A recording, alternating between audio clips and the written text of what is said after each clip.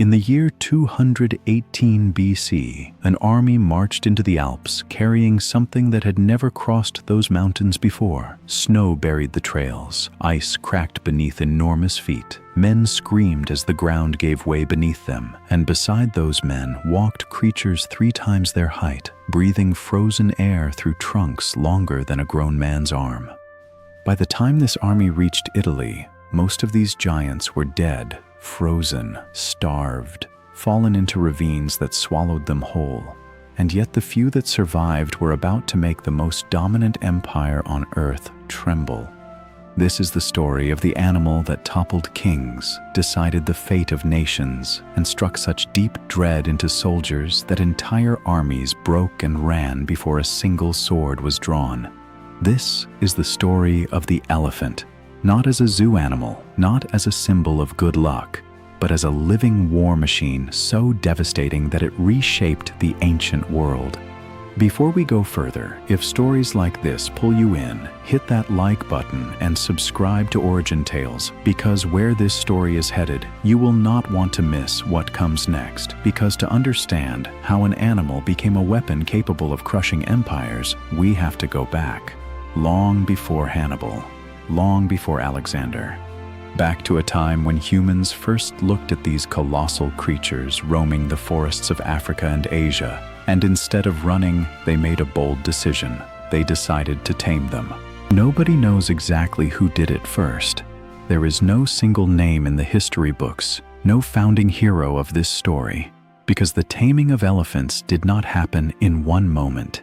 It happened slowly, dangerously, across generations, likely across parts of South Asia, including the Indus Valley region, where some of the earliest evidence of elephant management appears. Imagine the first person who tried it, a single human standing in front of an animal that could crush him with one step, one that had never known a rope, a chain, or a command. That person had no way of knowing that this risk would echo through the ancient world for thousands of years. At first, elephants were used simply for labor, moving timber, hauling stone, clearing land. But history has a habit of turning ordinary tools into extraordinary weapons. Before long, rulers realized that the same creature capable of moving forests could also break armies, and that idea changed everything. By the late 2nd and early 1st millennium BC, war elephants had begun appearing in parts of northern India, and this is where the story takes its first major turn. Kings realized that an animal weighing as much as a small building, one capable of trampling multiple soldiers in seconds, could break enemy lines before a single arrow was fired. Just the sight of them, rows of gray giants marching forward with armor plates and sharpened tusks, was enough to make disciplined soldiers lose their nerve completely. But what happened next surprised even the kings who relied on them. The elephant was not just a battering ram, it was psychological pressure made real. Horses that had never seen an elephant would panic and throw their riders. Soldiers who had trained their whole lives for combat would freeze, because nothing in their training prepared them for a moving mountain of muscle charging toward them. In many battles, simply bringing elephants onto the field was enough to shift the balance of authority before the fighting even began. And word of this dominance began to spread west. Yet everything you've heard so far was only setting the stage for an even greater chapter. That brings us to one of the most famous names in the ancient world, Alexander the Great. In 326 BC, Alexander's army reached the banks of the Hydaspes River in what is now Pakistan. Waiting for him on the other side was King Porus, a ruler determined to defend his land, and standing behind Porus's army was something Alexander's soldiers had never truly faced in full force: war elephants. Dozens of them, armored, trained, and ready to trample anything that came near. Alexander's men, who had conquered vast stretches of the known world without hesitation, suddenly felt something new: dread. The battle that followed was brutal. Elephants smashed through infantry lines, tossing men aside like they weighed nothing. Horses bolted in panic. For a moment, it seemed like Porus might actually stop the unstoppable Alexander. But Alexander adapted. His soldiers began targeting the elephant's drivers first, and then attacking the animal's vulnerable legs and trunks with spears. Wounded and panicked, some elephants turned and trampled their own soldiers instead of the enemy. Chaos consumed both sides of the battlefield. In the end, Alexander won. But he did not walk away thinking elephants were a weakness. He walked away thinking the opposite. He was so impressed by their might that he began incorporating war elephants into his own forces. The animal that nearly stopped him became a symbol he wanted for himself. The most surprising part of the story was still to come, because after Alexander died, his empire fractured, and the men who inherited pieces of it fought each other using the very same formidable weapon he had once faced. War elephants spread across the Mediterranean world, passed from empire to empire like a closely guarded secret.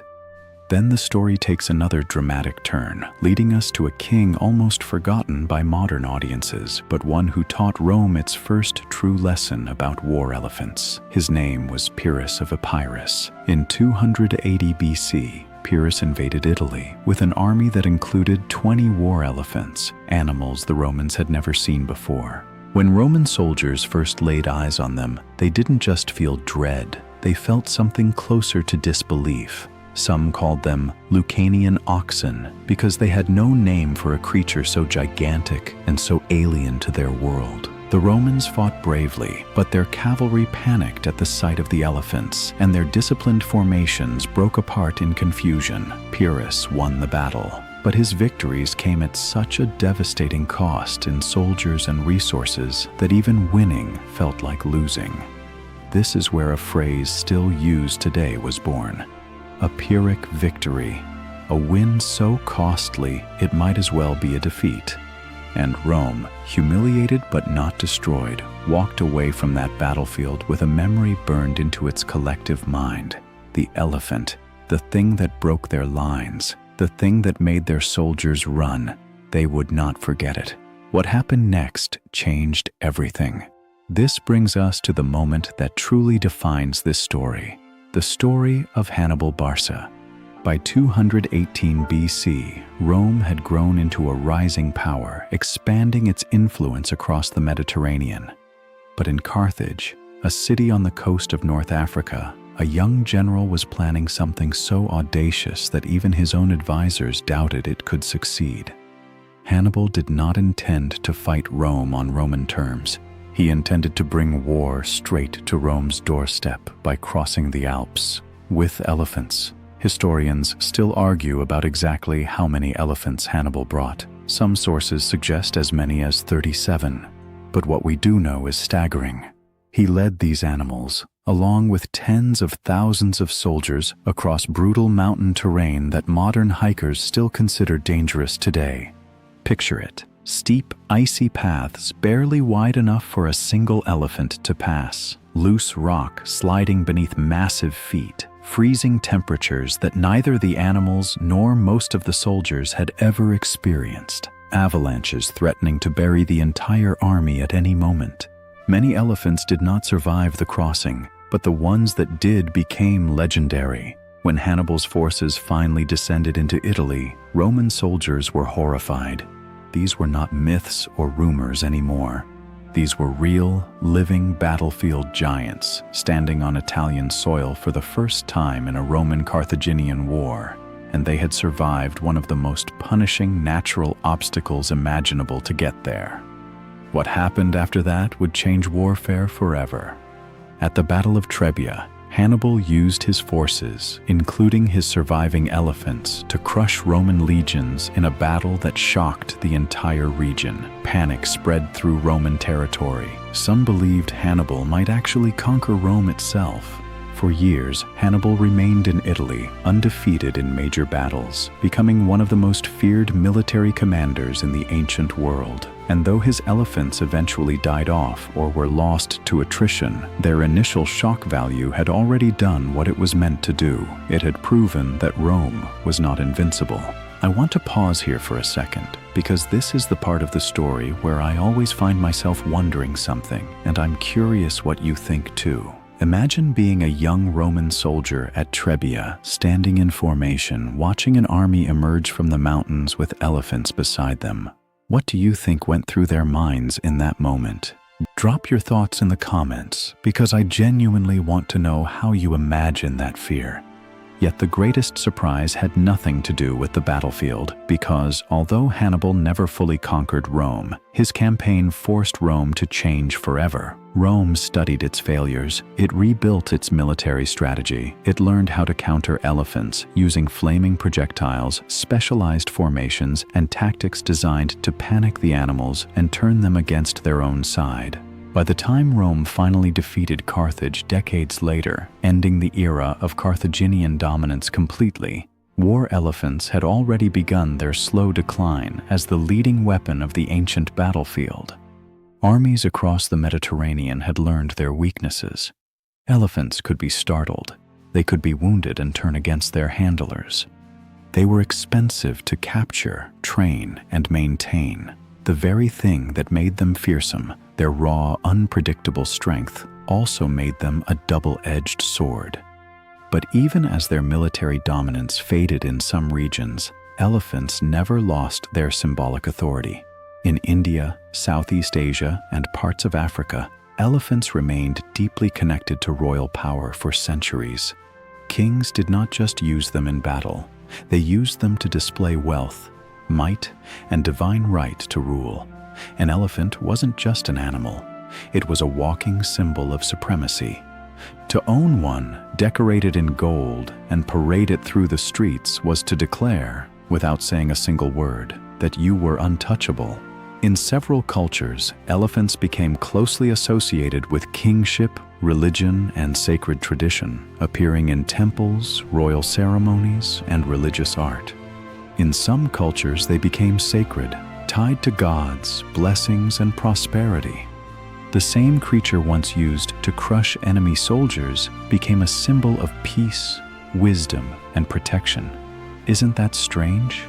The same animal feared on battlefields became revered in places of worship.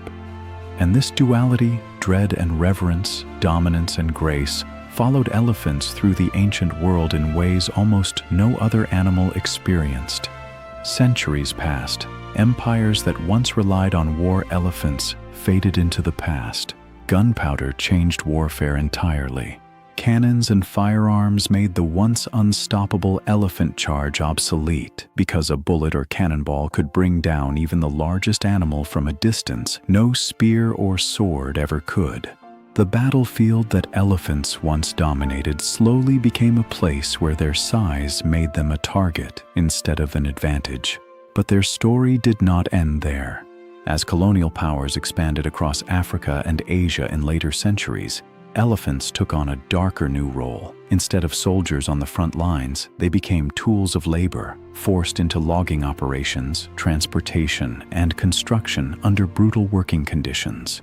The same intelligence and strength that once made them legendary war machines now made them valuable, exploitable resources.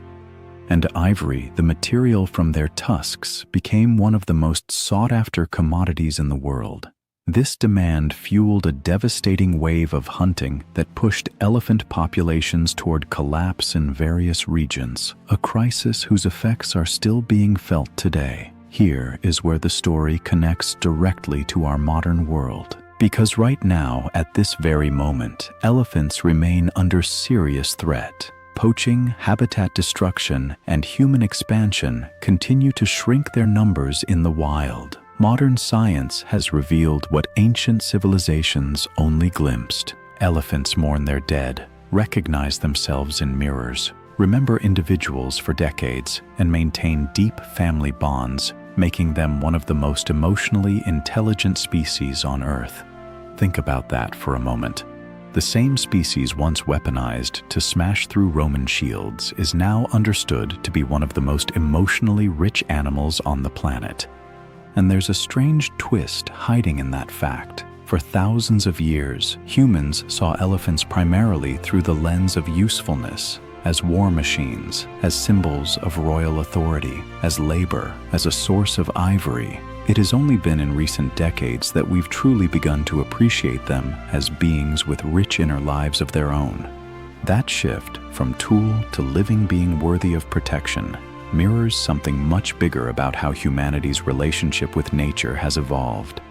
Conservation efforts today, anti-poaching programs, protected reserves, and global awareness campaigns exist because enough people finally asked the question ancient generals never bothered to ask. Not what can this animal do for us, but what do we owe this animal in return? And that brings us back to where we started, an army crossing the Alps, frozen mountains, terrified soldiers, elephants breathing frost into thin air, carrying the weight of an entire military campaign on their backs. Hannibal's elephants didn't just cross mountains, they crossed into legend. They forced the most dominant civilization of their time to confront its own vulnerability. They proved that dread itself could be a weapon, and that the right animal, in the right hands, at the right moment in the ancient world, could shake the foundations of an empire. But when you strip away the armor, the battle formations, and the old world strategies, what remains is something much simpler and much more powerful. An animal capable of extraordinary loyalty, deep intelligence, and quiet strength, used by humans for thousands of years, sometimes with respect, and often without any respect at all. The elephant did not choose to become a symbol of war. Humans made that choice for them, and yet, somehow, this same species survived empires rising and falling, survived being hunted to the edge of extinction in certain regions, and survived long enough for the modern world to finally begin recognizing what early civilizations only partially understood: that there was always more happening behind those eyes than anyone gave them credit for. So the next time you see an elephant, whether in a documentary, a photograph, or if you're lucky enough to see one in person, remember this story. Remember Hannibal in the snow. Remember Porus standing his ground against Alexander. Remember Pyrrhus and the Romans who called them oxen because they had no name for something so enormous and unknown. It wasn't merely a witness to history. It marched through it, changed it, and left footprints that civilizations still remember thousands of years later. If this story changed the way you think about elephants, let me know in the comments what surprised you the most. Was it Hannibal crossing the Alps? Was it the moment Alexander faced Porus? Or was it discovering how emotionally intelligent these animals really are? If you enjoyed this journey through the past, make sure to like this video and subscribe to Origin Tales, because there are so many more incredible stories like this one waiting to be told. Stories about the moments, the decisions, and the creatures that quietly shaped the world we live in today. Thank you for watching, and I'll see you in the next one.